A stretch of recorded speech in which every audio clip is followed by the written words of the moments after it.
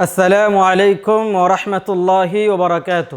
الحمد للہ وحدہ والصلاة والسلام علی من لا نبی بعدہ، اما بعد فاعوذ باللہ من الشیطان الرجیم، بسم اللہ الرحمن الرحیم۔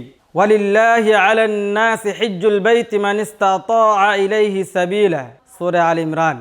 اللہ تعالیٰ نے ان لوگوں پر جو اس کی طرف راہ پا سکتے ہوں اس گھر کا حج فرض کر دیا ہے۔ محترم ناظرین، مفسرین و محدثین کرام نے وجوب حج کی کچھ شرطیں بیان کی ہیں جن کے پائے جانے سے حج فرض ہوتا ہے اور نہ پائے جانے سے حج فرض نہیں ہوتا ہے، اور وہ شروط 5 ہیں: اسلام، عقل، بلوغت، آزادی اور استطاعت۔ نمبر 1، اسلام۔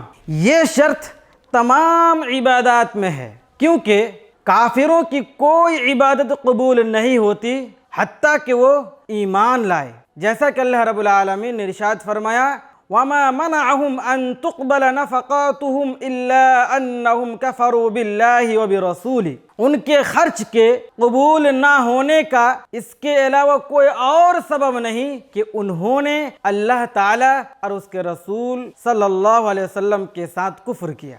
نمبر 2، عقل، اور نمبر 3، بلوغت۔ ان دونوں کی دلیل اللہ کے رسول صلی اللہ علیہ وسلم نے ارشاد فرمایا: رفع القلم عن 3، عن النائم حتى يستيقظ، وعن الصبي حتى يحتلم، وعن المجنون حتى يعقل۔ رواہ ابو داؤد۔ کہ 3 آدمی مرفوع القلم ہیں: ایک سونے والا حتیٰ کہ وہ بیدار ہو جائے، دوسرا بچہ حتیٰ کہ وہ بالغ ہو جائے، تیسرا پاگل حتیٰ کہ وہ عقل مند ہو جائے۔ نمبر 4، آزادی۔